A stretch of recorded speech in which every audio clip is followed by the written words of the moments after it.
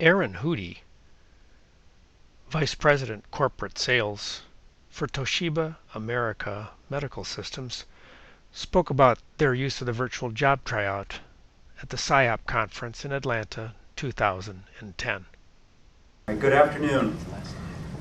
So, as you heard already, I'm in the medical imaging industry, and we have conferences much like this where we share education and try to advance our field. And we usually start off our presentations with disclosures.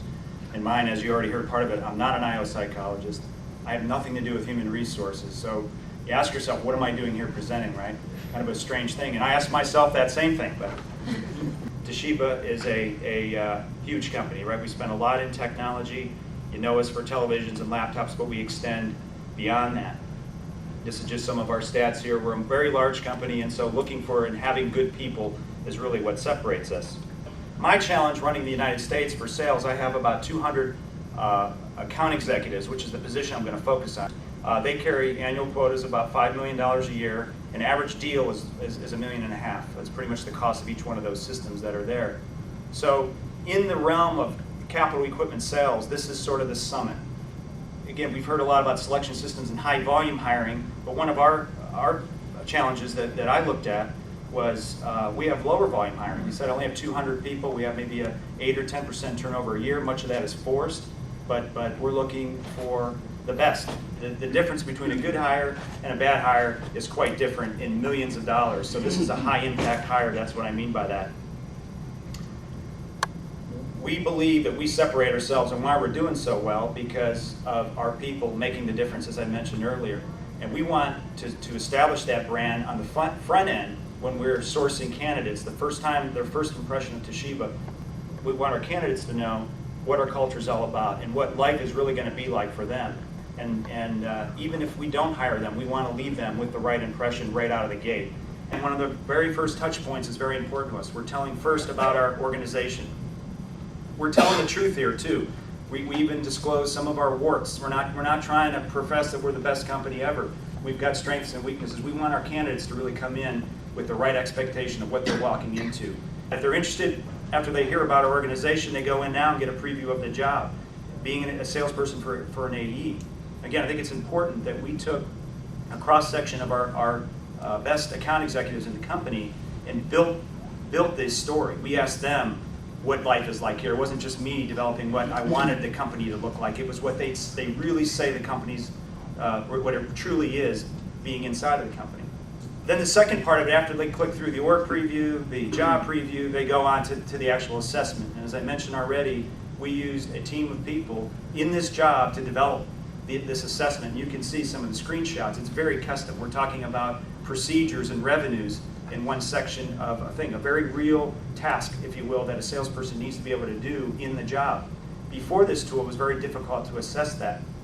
It's also situational questions. What are you most likely to do, least likely to do? And again, these situations are not IO psychologists creating them per se, right? They're the account executives who are the strongest that actually created these. So when people take this assessment, they're like, yeah, I've been in that situation. This is how I would respond, and this is how I definitely would not respond.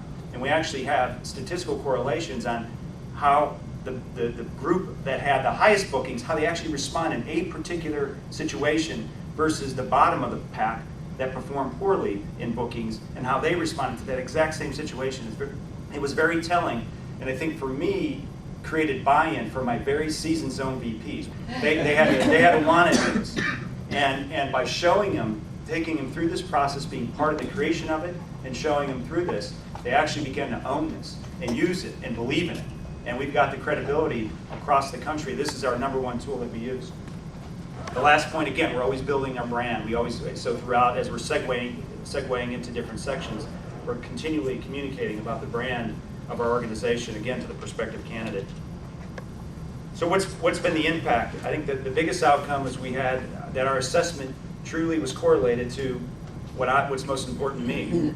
#1, of course, being bookings. I've already mentioned that. That's very key. This is my number. So the top 80%, not the top 20, but the full top 80, average 5.089 in annual bookings. But the bottom herd are 3.4. And again, we hire, every year depends, but we hire not that many. We hire somewhere in the 20 range. per year. We'll leave it at there. You can kind of see the spread with a 1.6 million per person, 7 million. People talk about the economy and cost. I've heard about this. This is a no-brainer for a business. When you really identify the cost of hiring, this was a slam dunk. It was very easy. In fact, I said to the consulting group we work with, they didn't charge us enough for this. This is also, as I mentioned before, building our brand. This is actually direct feedback from some of our candidates. Again, very egotistical salespeople who've been through it for 30 years, taking an assessment. Are you kidding me? Look at my resume. After they go through this process, given their hesitancy to go through it, this is really unanimous feedback that you can see. And I highlighted some of the big comments here in red. This really allowed me. They felt like this wasn't just a shrink wrap test that you gave them, right? This is actually something job relevant to working for the company. Allowed me to express my own personal strengths. You can see from the director of staffing at Toshiba comments that she got. TAMS really values its people. We really want that to come across, and candidates are seeing that we've invested so much on the front end to accurately describe the challenges of the position and the strengths. They go in it with eyes wide open. And then I mentioned this before, interview support. So now we have a common language set. We're able to discuss candidates after the interview. I'm able to interface with the people in the field that have done these interviews, and we can now get away from the thumbs up, thumbs down discussion, and instead get into something that we saw red flag in client focus or some specific area or behavior behind client focus. And the last part here, we're starting to use, we just rolled this over, we're getting all this great feedback.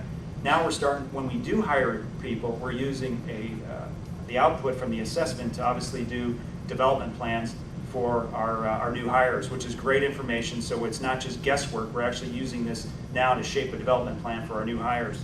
So it's really been a powerful tool. So in conclusion, as you can see, I know these tools are many times used in high volume places, but you can see in low volume, high impact kind of places, it may have as big or even a bigger impact in an organization. Certainly from my perspective, when we're talking millions of dollars per person, it makes all the difference in the world. We're getting past that past history. We found an inverse relationship between past history and Toshiba's success, which is very interesting, which is how we hired before, which is kind of scary. Candidates' first impression, again, that's the last impression. We want to make sure that we're differentiated by their feelings of us. And of course, our recruiting department, myself, and the field managers are more aligned now with what success looks like at Toshiba. We can talk about it, we can define it, and develop better hiring criteria and better hiring discussions around that. So that's been my experience thus far using this tool. I think what you all are doing is fantastic, and it allows a business line leader like myself to make better hiring decisions which have a much better ROI than what we've done traditionally. So thank you.